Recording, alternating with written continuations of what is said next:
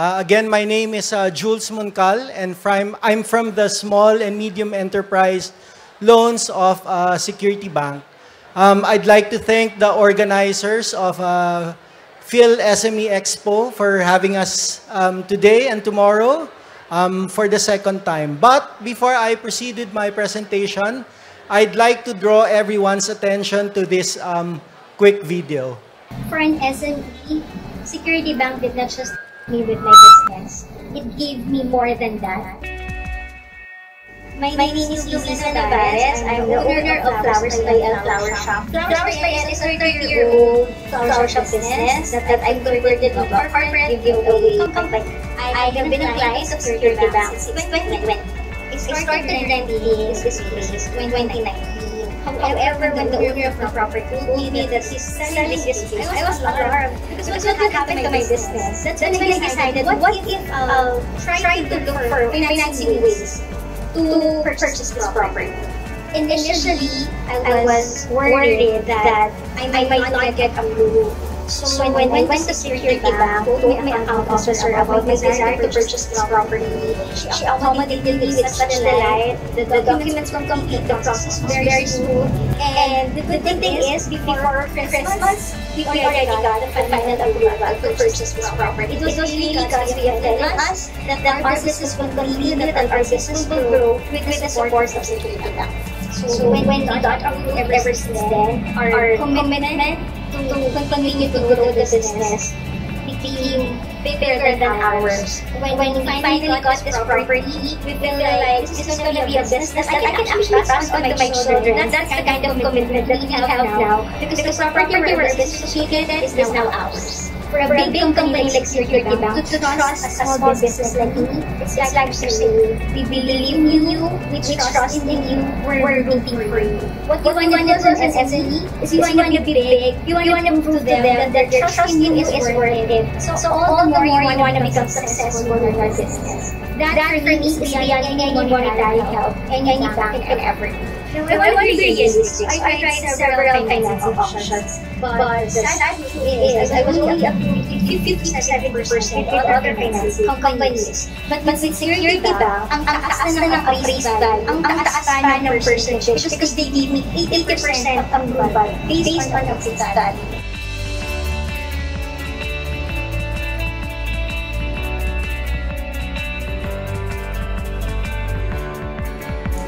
Thanks to Security Bank for championing SMEs like me. And that is my better banking story with Security Bank.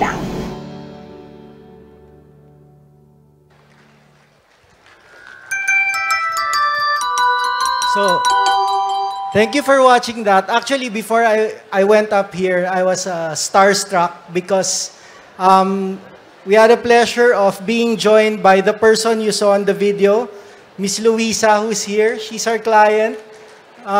Thank you very much, ma'am, for joining us and for trusting Security Bank. Okay, so moving on, I'm here to talk about the SME products or the business loans of the bank. I'll start off by saying that Security Bank makes a concerted effort to reach out to MSME customers, maintaining communication with them, and ultimately live up to our better banking promise. Every MSME has unique business goals and challenges that require customized financial services and solutions. Our non-lending and lending products can help you as entrepreneurs and business owners in meeting your objectives through financial inclusion, holistic support, and tailor-fit products and services. So you can see from this slide is that we are offering a slew of different products that will help you, and that will be in the form of deposits, in cash management. We have digital. We also have insurance. And the focus of my presentation this afternoon would be the business loans. Okay.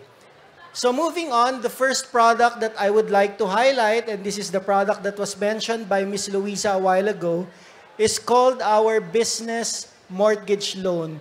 This is a type of loan that is that requires a collateral, real estate property as a collateral, be it may residential, commercial, or industrial lot. And the amount that can be borrowed is up to 80% of the appraised value of the collateral.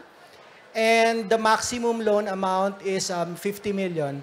Why 50 million? Because right now, as I said, the segment where we belong is the small and medium enterprise segment. So we make the loan amount more accessible to this type of segment. Okay? So quick approval in as fast as 15 to 20 working days. This is true. This is not an overpromise. The moment we receive complete requirements, we are able to turn around in a short time. And we have flexible payment terms that would be up to 20 years. So if you have assets that you're buying, for example, in the case of Miss Luisa a while ago, actually bought a property. Since it's a long-term asset, then that could be a long-term loan. 10 years, 15 years, up to 20 years even. Okay, so this is how you can utilize the business mortgage loans. So it can be for permanent working capital requirements, and then it could be for purchase of a property. Earlier, the speaker was talking about automation, and some of you here might be considering, automating a certain process in your operations that would require, software and hardware purchase, and sometimes that could be a huge capital expenditure, and this is what you can use that for. And also construction, renovation, and of commercial properties. A lot of our buyers, they were just borrowers, they were just renting before, and then eventually they were able to actually buy the property or the shop that they were occupying through our business mortgage loans. You can also use this for refinancing. We know for a fact that a lot of SMEs are actually borrowing from private lenders. Some of them are borrowing from rural banks.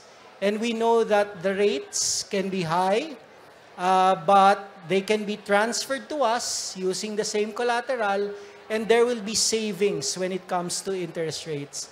And of course, business expansion. And then lastly, there as a footnote, we also do reimbursement. So if you just recently bought a property, bumili po kayo ng malaking building, ginawa nyong office, pero ginamit nyo yung cash ng inyong company, you use the working capital, so we can reimburse that.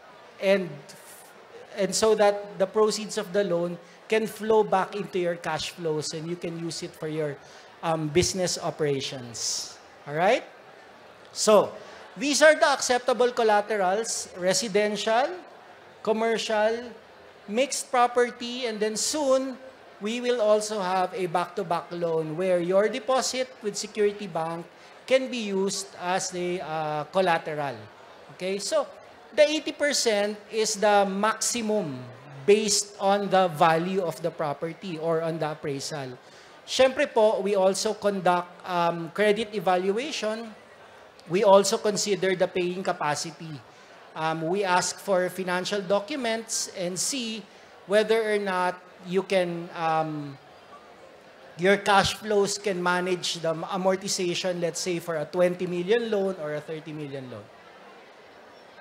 Okay, so these are the standard rates of Security Bank business loans. Okay, may option po kayo to choose whether the fixing period is 1 year, 2 years. Fixing period simply means that yan yung period where the interest rate will be locked in. So for example, you are borrowing, let's say you just need 10 million. So you're gonna pay 9% per annum for that. And that is only, that 9% will take effect in the next 12 months. Kasi 1 year lang po yun. What will happen after 12 months or after 1 year? We will now do a repricing. So i-review po namin yung interest rate. The interest rate can either go up or can also go down depending on the market conditions. A lot of the clients, they opt for the shorter term yung mas mababang rate, especially when there are indications in the market that magbababa yung interest rate. So, it depends po. Some people naman, they choose the higher rate, pero, for example, the 10%, it's not gonna move in the next 3 years. So, you will know that for the next 3 years, your rate will stay at 10%. It's not gonna change. Alright? Ito pong pinapakita ko sa inyo ngayon are standard rates. But we actually have promo rates, I'm not showing them here, for existing to bank customers. As you know, or you probably know, Security Bank naman po matagal na. We have more than 320 branches nationwide. So chances are, some of you here are probably customers of Security Bank already. And if you want to borrow, we'll give you a rate, a smaller rate that's less than what you're seeing here. Every time you get a loan, I'm sure some of you here have experienced getting a housing loan because you bought a house, or nag-avail po kayo ng personal loan. May mga fees yan, di po ba? So they charge you doc stamps, they charge you processing fee. If you got a home loan, they're gonna charge you real estate mortgage fees. So we want to make this more affordable for the SMEs by allowing all these fees to be actually deducted from the proceeds ng loan. So para wala na po kayong ika-cash out. So that would include even the insurance premiums, mortgage registration fees, and other bank loan fees. Para wala pong cash out. The other form of loan that we offer, and this is also secured by a collateral, is called a revolving credit line. Okay? If we give you a revolving credit line, that line is available for 1 year. And you can only avail whatever amount that you need. Sino po yung mga gumagamit nitong revolving credit line? Kasi it's a fact that as businessmen, sometimes yung pong mga customers natin, we give them credit. Binabayaran nila tayo for the goods and the services that we've rendered to them 30 days, 60 days, 90 days. Pero yung supplier, yung kinukuha na natin ng supplies, cash on delivery. Right? So meron ka na ngayong gap kasi bumibili ka ng raw materials, cash, pero yung collection mo from your customers is credit. So you now have a working capital gap. So this revolving credit line facility is something that you can use to bridge that gap. So for example, meron kang sinupply. Sample lang. You supplied, let's say, Christmas souvenirs worth 10 million. But you're expecting to be paid after 60 days pa. So if you have a line with us, you avail 10 million and you execute a promissory note of 60 days or 1 year, and then you just pay us off after 6 months or after 1 year. In the meantime, interest lang po muna yung babayaran ninyo. So para lang siyang credit card. You know, credit card, you only use what you need, and then you just pay what you availed. Ganito rin yun. That's how a revolving credit line operates. But this one, this is secured. Alright. Ito po yung mga fees that we are actually charging. This is pretty much standard. If you talk to other banks, they'll probably tell you the same. We have appraisal fee, we have processing fee, and the real estate mortgage fees. But as I said, because we want to make this easy on the pocket, pwede po naming i-deduct ito sa loan proceeds. Moving on, I'm now moving to our best seller. Ito po yung best seller ng Security Bank, which is our Business Express loan. Why? Because it doesn't require any collateral. Okay? So, kung kayo po ay sole proprietorship, partnership, or corporation, you can borrow up to 5 million. Actually, on a case-by-case basis, may mga binibigyan po kami na hanggang 7.5 million. Wala pong collateral yon. Quick approval as fast as 5 working days. And the loan can be payable, pwede pong 12 months, 18 months, 24, or 36 months to pay. So if you've heard of a personal loan before, it actually operates like a personal loan. Pero ito po, this is for business use. Okay? Same thing, multi-purpose. You can use it for construction, renovation, equipment upgrade, cash flow, operating expenses. Kung ano man pong kailangan ninyo sa business ninyo, you can actually even use it to, pay off, existing loans na medyo mabigat yung rate, or you need a longer term to pay off your existing loan, then you can get this and pay it off over 36 months. Okay. Ito po yung rate namin for our clean loan. And this is a monthly add-on rate. Let me tell you that our rates are not the lowest in the market, but we are also not the highest. Hindi naman po kasi interest rate ang aming value proposition. Our value proposition is being able to provide access to the SMEs, being able to give them loans to fund their working capital requirements na madali po yung processing. Some of the big companies here, they get loans at very low interest rates. Hindi po ganitong itsura, mababa ang rates. But those are corporate loans. They require a lot of requirements. They require financial projections. They require audited, all sorts of requirements. Hindi po yan yung intention ng SME loans namin. Ours, we want to make it simple. We want to make it collateral-free para po mas madali. But in return, we also have to charge a premium for that. And that would be these rates. What I'm only showing you today are the standard rates. Standard po yan. Again, if chances are existing customer po kayo ng Security Bank, then the rate is different and it's lower. And it's something that we can discuss with you over at our booth. All right. So, ganun din po. May fees and charges that can also be deducted from the proceeds.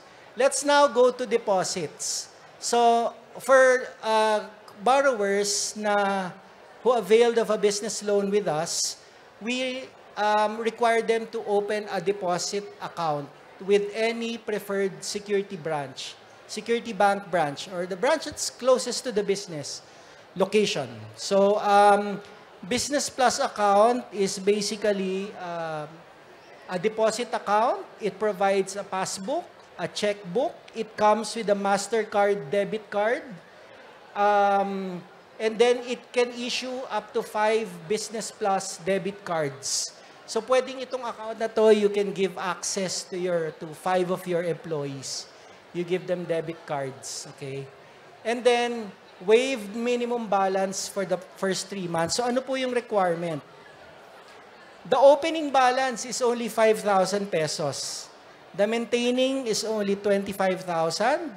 For it to earn interest is 100,000 pesos. And then the maintaining balance of 25,000, pwedeng hindi nyo po muna pondohan yan in the next 3 months. Pwedeng 5,000 muna to open the account, and then you fund the 25,000 3 months after.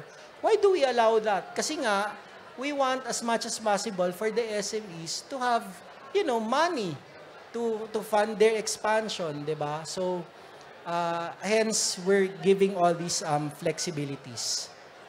All right? And then we also have our digital platform. This is something that maybe perhaps more sophisticated SMEs can avail later on. It's an online system that can help you manage your receivables, even government payments to suppliers, to vendors, online bank transfers, etc. So that can be a product that can supplement the loan that you will get from us. Okay. And once you already have a loan with Security Bank, we provide multiple contact client touch points. Siyempre, minsan may inquiry po kayo, or gusto niyo ng additional loan, or maybe you have a complaint. Meron kayong gustong ireklamo. So, You can go to the branch. You can talk to your sales officer. You can go to the website. We also deal with brokers and developers. You can email us or we have a contact center. That ends my presentation, but it's not here, but I'd like to take this opportunity to mention na in Security Bank, we have what we call a referral affiliate program. So if any one of you here is a freelance broker, real estate broker, personal loans agent, or what, pwede po kayong magpa-accredit sa Security Bank, and for every successful business loan that you refer to us, you get an incentive. So pwede po yun. We do that. We don't require the broker or the agent to be licensed. We only require them to be affiliated. So if you are an accountant, if you are if you belong to a sales agency or whatever, basta you're affiliated po with the business organization, marami kayong kilalang mga negosyante na pwede pong mag-business loan, you can have yourselves accredited with us. You'll get a commission. I'm not gonna discuss it here, but you can come over to our booth and we'll talk there. That's it. Thank you very much.